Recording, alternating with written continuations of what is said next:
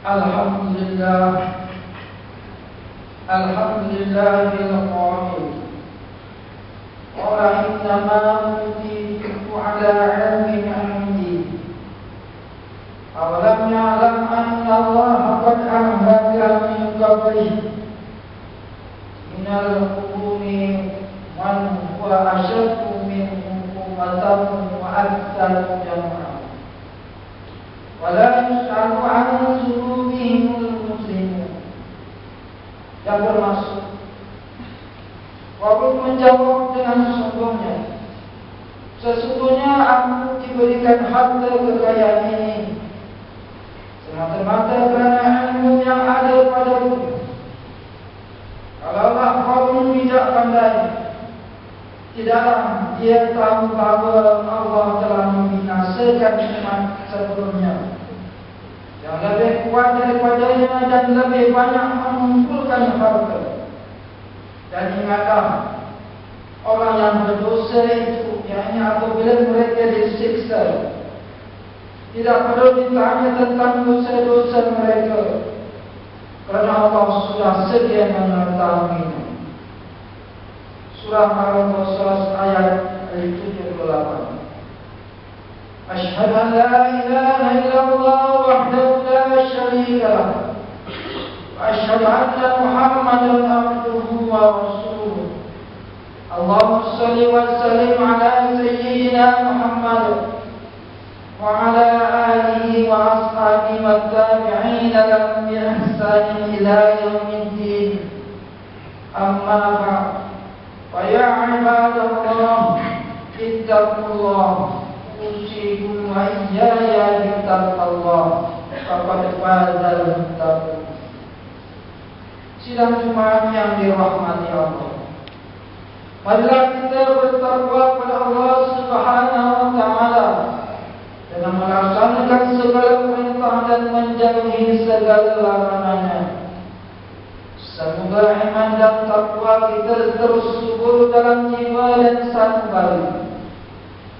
Harta kekayaan, pangkat, gelaran dan jawatan akan ditinggalkan. Anak-anak, saudara mara, sahabat halai akan ditinggalkan. Hanya ketakwaan dan amal soleh akan menemani kita pada saat kita kembali ke hadapan Allah Subhanahu wa taala. Mimbar pada hari ini akan membicarakan tajuk yang bertajuk harta dan pangkat ialah anugerah dan pujian ilahi. Harta dan pangkat, para segala kekuasaan, kekuatan dan kesempurnaan ialah hak milik mutlak Allah Subhanahu wa taala. Harta dan pangkat adalah anugerah Allah Subhanahu wa taala yang dibidangkan kepada kita hamba-Nya, bertujuan menjaga keimanan mereka, adakah bersifat syukur atau sebaliknya. Harta dan pangkat bersifat sementara, malah merupakan amanah yang akan dipersoalkan pada hari kebangkitan di padang mahsyar. Sesungguhnya harta dan pangkat boleh membawa kepada kemuliaan atau kehinaan, terutama pada bagaimana harta dan pangkat digunakan semasa hidup.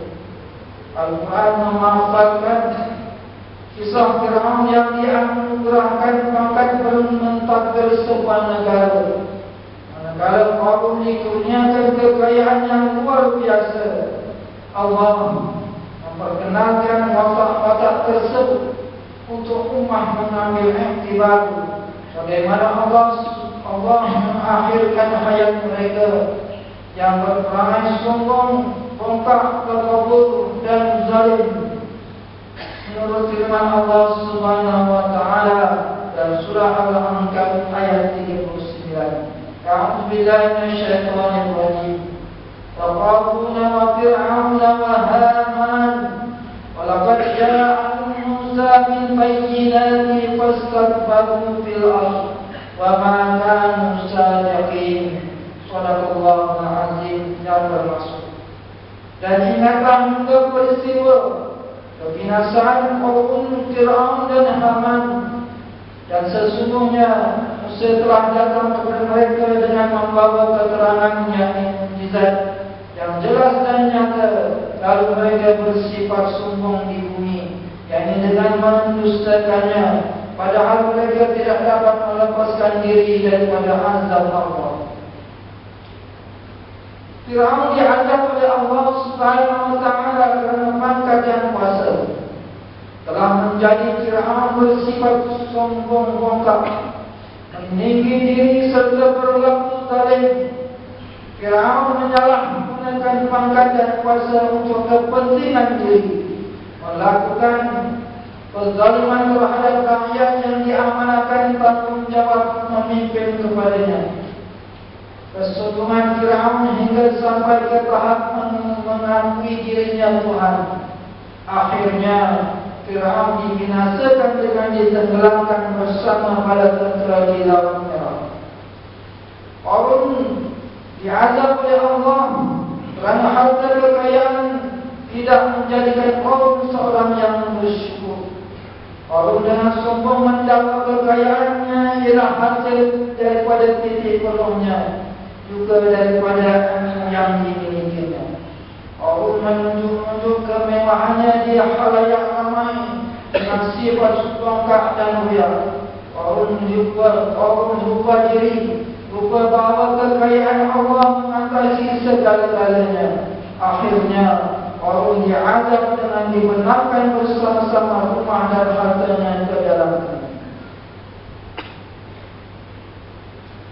Wahai hamba Allah yang semoga dilimpahi iman, ummah bertanggungjawab memastikan harta dan pangkat membawa kepada kebahagiaan dunia, kesejahteraan akhirat. Ummah tidak harus menjadikan harta dan pangkat sebagai matlamat mutlak hidup, sehingga bersedia melakukan apa saja, termasuk melakukan perkara-perkara yang dimurkai Allah, menipu, mencuri, merasuah dan pecah amanah, akibat didorong nafsu dan bisikan syaitan. Ummah dalam mengejar harta dan pangkat jangan sampai mengabaikan tujuan sebenar manusia diciptakan untuk memenuhi kewajiban beribadah, memenuhi tuntutan fardu ain dan fardu kifayah yang difardukan oleh Allah. Ummah diingatkan agar menjadikan harta dan pangkat sekadar alat dan pemudah cara untuk mencapai tujuan sebenar kehidupan, yaitu meraih ketakwaan dan keridhaan Allah Subhanahu wa taala. Pangkat meletakkan seseorang memiliki pengaruh yang membolehkannya berkuasa. Pangkat tidak boleh disalahgunakan. Sebaliknya pangkat merupakan amanah untuk menyempurnakan tanggungjawab sebaik mungkin. Contohnya amalan dan sifat Nabi Sulaiman alaihissalam yang dipunyai kerajaan yang besar sehingga manusia, jin, haiwan dan angin turut berada di bawah penguasaannya.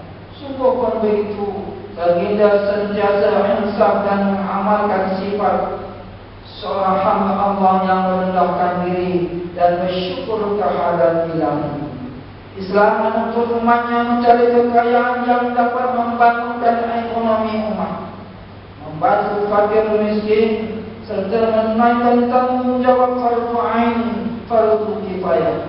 Kekayaan dan kekuatan ekonomi amat penting bagi kelangsungan hidup sesebuah negara. Umat Islam diseru menceburi serta menguasai bidang yang dapat mempertingkatkan kekayaan melalui perniagaan, pelaburan, pertanian, perdagangan, kesenian dan sebagainya. Tetapi hendaklah dilakukan dengan niat yang betul dan kaedah yang mendapat keridhaan Ilahi. Sedarilah pintu keridhaan dan keberkatan Ilahi akan tertutup jika harta dan pangkat menjerumuskan seseorang bersifat sombong, angkuh, bongkak dan tawaduk, hingga melupakan Tuhan dan pembalasan pada hari kebangkitan. Insan yang ditutup pintu keridhaan dan keberkatan ilahi akan dikurung nafsu haluba, bersifat semakin bakhil untuk membelanjakan hartanya bagi tujuan amal dan kebajikan. Di sebaliknya, mereka menjadi semakin tamak, tidak menghiraukan nasib dan kesusahan orang miskin, malah terus bernafsu untuk mendapatkan harta dan pangkat walaupun secara menipu dan mencuri.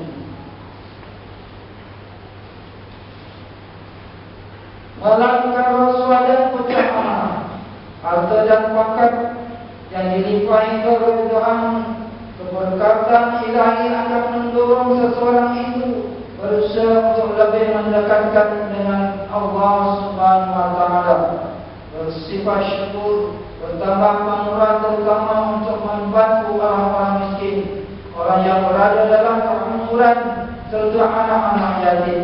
Mereka lah orang-orang yang dilimpahi kejayaan dunia dan insyaAllah kesejahteraan di akhirat.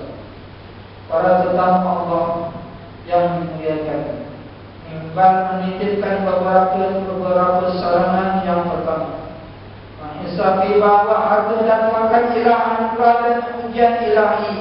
Oleh itu, asal mendapat harta dan pangkat serta cara harta dan pangkat digunakan, hendaklah melambangkan sifat-sifat seorang hamba yang bersyukur dan jauhi perbuatan-perbuatan yang menyebabkan kemurkaan Allah. Saranan yang kedua, semaikan budaya berwakaf dan bersedekah dalam diri. Mulakan amalan berwakaf dan bersedekah dengan rezeki kurniaan ilahi. Bermula dengan walaupun sekecil mana sekalipun, agar rezeki diberkati Allah dan akan ditambah.